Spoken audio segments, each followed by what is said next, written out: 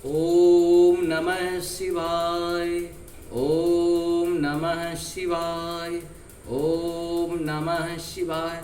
माता बहन और देवी सज्जनों, देवी लोग जो है इसको नमः शिवाय नमः शिवाय नमः शिवाय का जाप करेंगे। इस प्रकार से हम लोग शिव महापुराण के महात्म का आज 8वां भाग हम लोग सुनने जा रहे हैं। छोटे छोटे अंश में है, इसका आप लोग लाभ उठाएं, बहुत लाभ होगा।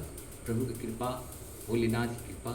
अभी सावन का समय है और सावन के समय क्या हम लोग के लिए तो हमेशा सावन ही रहता है और उसी तरह से हम लोग हमेशा कार्य करते रहते हैं। जय हिंद, जय भारत। आप सबों का स्वागत है। मैं राम ऋषा।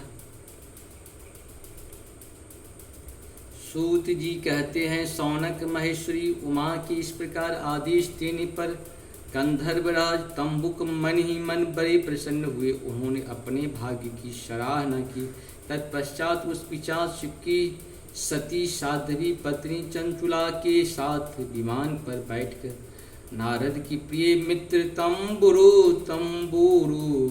वेग पूर्वक विंध्याचल पर्वत पर गए, जहाँ वह पिशाच रहता था। वहाँ उन्होंने उस पिशाच को देखा। उसका शरीर विशाल था, ठोड़ी बहुत बड़ी थी। वह कभी हंसता, कभी रोता और कभी उछलता था। उसकी आकृति बड़ी विकराल थी।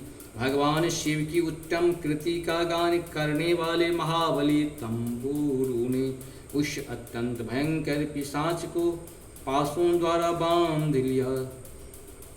तदंतर तंबुरु ने शिव पुराण की कथा वाचने का निश्चय करके महोत्सव युक्त स्थान और मंडप आदि का रचना की। इतने में ही संपूर्ण लोकों में बड़े वेग से यह प्रचार हो गया कि देवी पार्वती की आज्ञा से एक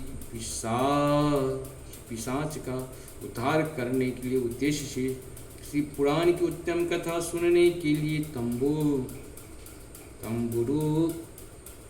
विंध्याचल पर्वत पर गए हैं। फिर तो उस कथा को सुनने के लोभ से बहुत से देवर्षि भी शीघ्र ही वहाँ जा पहुँचे। आदर पूर्वक शिव पुराण सुनने के लिए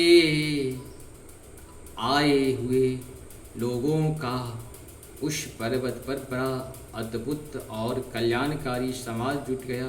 फिर तंबुरु ने उस पिशाच को पासों से बांधकर आसन पर बिठाया और हाथों में बीना देकर लेकर गौरी पति की कथा का गान आरंभ किया।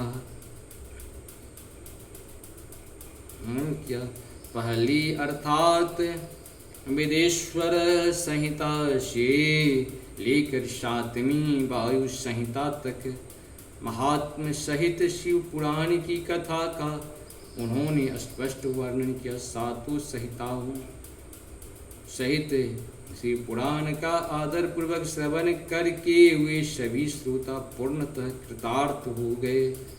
उस समय पुण्यमय शिव पुराण को सुनकर उस पिशाच ने अपने सारे पापों को धोकर उस पैशाचिक शरीर को त्याग दिया। फिर तो शीघ्र ही उसका रूप दिव्य हो गया।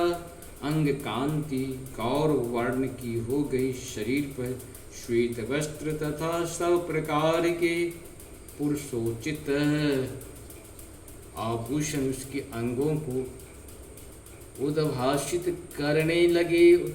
वह नेत्रधारी चंद्रशेखर रूप हो गया। इस प्रकार दिव्य देहधारी होकर श्रीमान बिंदुक अपनी प्राण वल्लभा चंचुला के साथ स्वयं भी पार्वती वल्लभ भगवान शिव का गुणगान करने लगा।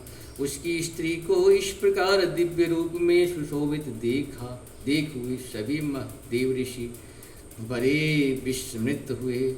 उनका चित्त परमानंद से परिपूर्ण हो गया भगवान माहेश्वर का यह अद्भुत चरित्र सुनकर वे सभी श्रोता परम कृतार्थ हो प्रेम पूर्वक श्री शिव का यशोगान करते हुए अपने अपने धाम को चले गए। दिव्य रूपधारी श्रीमान बिंदुक भी सुंदर विमान पर अपनी प्रियतमा के पास बैठकर सुखपूर्वक आकाश में स्थित हो बड़ी शोभा पाने लगा।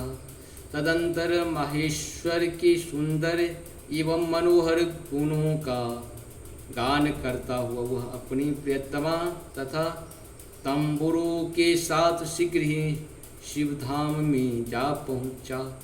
वहाँ भगवान महेश्वर तथा पार्वती देवी ने प्रसन्नता पूर्वक बिंदुक का बड़ा सत्कार किया और उसे अपना पार्षद बना लिया। उसकी पत्नी चंचुला पार्वती जी की सखी हो गई। उस धनीभूत ज्योति स्वरूप परमानंदमय सनातन धाम में अविचल निवास पाकर वे दोनों दंपति परम सुखी हो गए। इस प्रकार से हम लोग का ये पूर्ण हुआ है। ये 8वां भाग है, सॉरी 7वां, अच्छा देख लीजिए 7वें 8वां भाग होगा जो भी होगा। और रेगुलर ही हम लोग इसको सुने सत्य सनातन के लिए। अगर चैनल को सब्सक्राइब नहीं की जरूर सब्सक्राइब करें। जय हिंद, जय भारत, सबका स्वागत है। मैं राम नरेश झा, नमस्कार, धन्यवाद, जय हो।